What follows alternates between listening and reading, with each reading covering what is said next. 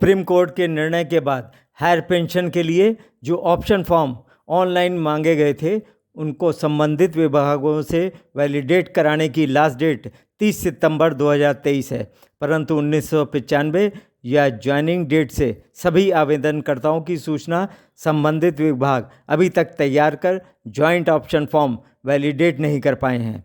Option form मान न करने पर एप्लीकेंट का क्लेम स्वतः ही निरस्त हो जाएगा।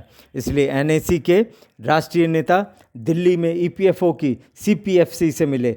दूसरी ओर हायर पेंशन के आखिरी बचे आरसी गुप्ता केस की भी सुप्रीम कोर्ट में डेट लगी थी। दोनों प्रकरण की पूरी रिपोर्ट देखने से पहले अगर आपने इस चैनल को सब्सक्राइब न किया हो तो पहले लाइक और सब्सक्राइब जरूर कर दें। 4 नवंबर 2022 को सुप्रीम कोर्ट के निर्णय के बाद 29 दिसंबर 2022 को ईपीएफओ ने अपनी सुविधा अनुसार व्याख्या करके सर्कुलर जारी कर उच्च पेंशन प्राप्त करने के नई शर्तें लगा दी थीं, जिससे सितंबर 2014 से पहले वाले पेंशनर की आस टूट गई और सितंबर 2014 के बाद वाले पेंशनर्स ने अनेकों शर्तों के अधीन जो ऑनलाइन जॉइंट ऑप्शन फॉर्म भरे हैं उसको उनके डिपार्टमेंट द्वारा वैलिडेट करना है, तभी वो हायर पेंशन के पात्र हो पाएंगे। ईपीएफओ द्वारा संबंधित विभागों से हर एप्लीकेंट के 1995 या ज्वाइनिंग डेट से 8 पॉइंट पर सूचना चाहिए गई है, जबकि सभी विभाग हर महीने ईपीएफओ को यह सूचनाएं निर्धारित प्रारूप पर भेजते रहे हैं। अनेक विभाग पहले कंप्यूटरीकृत नहीं थे और उनके यहाँ सैलरी मैनुअल बनती थी, इसलिए ये सूचनाएं संकलित करने में उन्हें परेशानी आड़े आ रही है।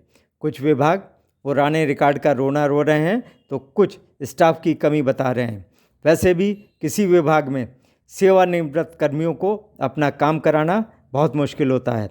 ऐसे में 30 सितंबर तक सबके ज्वाइंट ऑप्शन फॉर्म वैलिडेट होना मुश्किल ही नहीं असंभव है, जिस कारण इतनी परेशानी झेलकर लाखों पेंशनर ने जो ऑनलाइन ऑप्शन फॉर्म भरे हैं वह स्वतः ही निरस्त हो जाएंगे।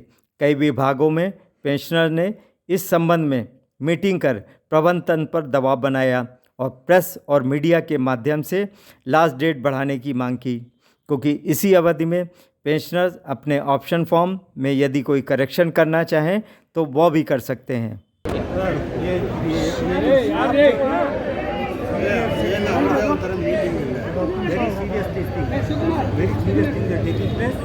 Seriously, you write to the Labour Ministry, lot of hectic activities are taking place. Please provide us a solution for our pension.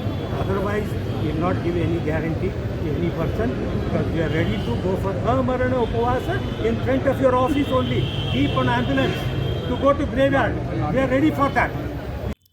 इसी प्रकार के कुछ प्रमुख मुद्दों को लेकर EPS 95 राष्ट्रीय संघर्ष समिति के राष्ट्रीय महासचिव श्री वीरेंद्र सिंह रजावत, सचिव रमेश बहुगुणा एवं दिल्ली के वरिष्ठ नेता राजेंद्र सिंह छेत्री ने दिल्ली में ईपीएफओ की सीपीएफसी नीलम शमी राव से मुलाकात की।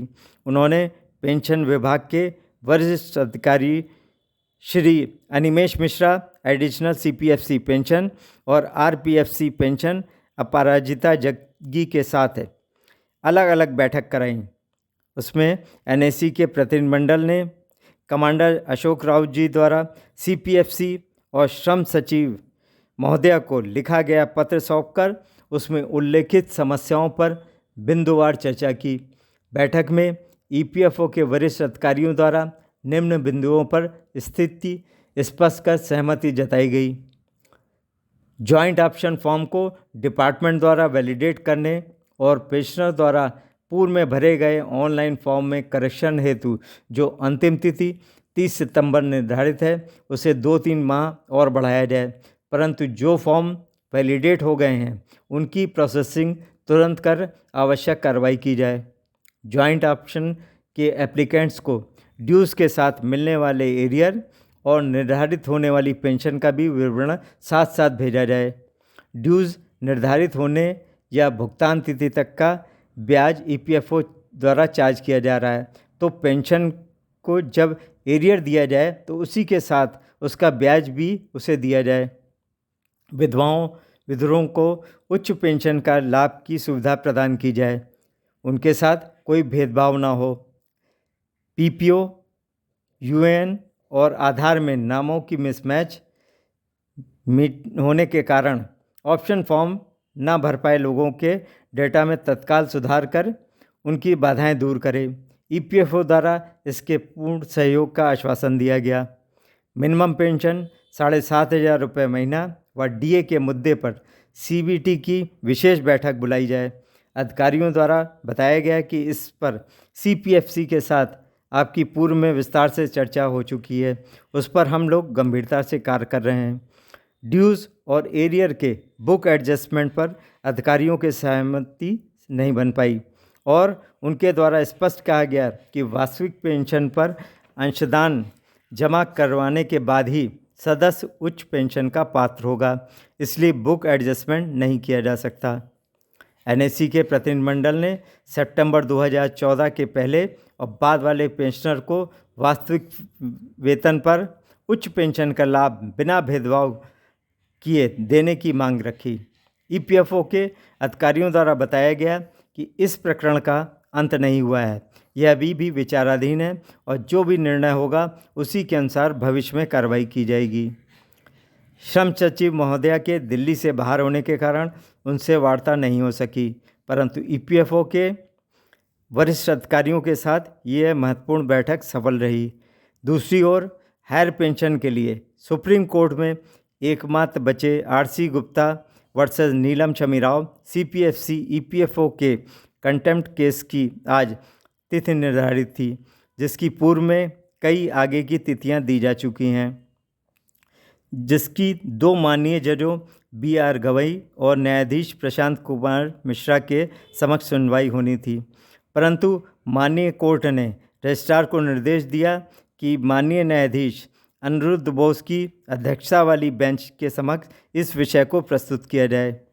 कुछ जानकार लोगों का कहना है कि इस केस की कार्रवाई से पूर्व माननीय सुप्रीम कोर्ट की वीसी की ऑडियो समान रूप से सुनाई दे रहा था और इस केस के बाद भी ऑडियो समान रहा, बस इस केस के दौरान ही कृत कार्रवाई नहीं सुनाई पड़ी।